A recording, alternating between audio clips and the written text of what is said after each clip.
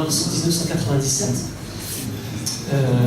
Et il y avait dans les informations dont on disposait, on savait qu'il y avait un rapport qui avait été fait par un pilote privé qui avait fait un rapport, donc, quand il était atterri, il avait fait un rapport d'OVNI. Et il avait dit qu'il avait vu en fait des lumières lors de son approche à l'aéroport de Phoenix.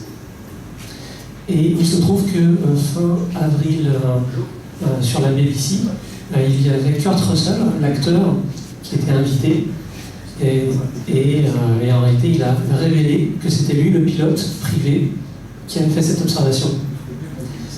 Voilà. Donc son nom était... Enfin, on ne savait pas qui c'était jusque-là. Alors je connais personnellement Larry Lowe, qui est à Phoenix, et on va essayer de le contacter pour avoir un témoignage, si possible, s'il veut bien aussi, parce qu'il est un petit peu touchy en ce moment, s'il veut bien donner plus de détails sur son observation. Et je tiendrai au courant s'il y a quelque chose qui revient. Oui, parce que tu as beaucoup travaillé sur les lumières de Phoenix. On a gardé dans les archives de l'OVNI Paris une vidéo qui a été faite à partir de la présentation, des simulations qui ont été faites par Laurent. Et à propos de ce que disait tout à l'heure Nico, c'est vrai que bon, pour beaucoup de gens dont je suis, Adamski, bon, c'était quelque chose qui était complètement oublié, c'était une farce, c'était une histoire inventée.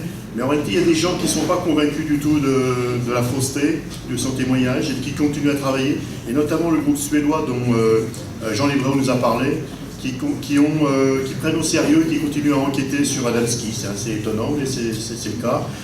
Et voilà.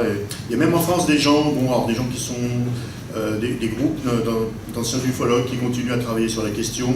Pas seulement Adamski, mais Meyer, qui essaie de travailler sur l'astronomie, essayer de vérifier la géométrie des observations. Peut-être qu'il en sortira quelque chose. Enfin voilà, c'était un complément de news.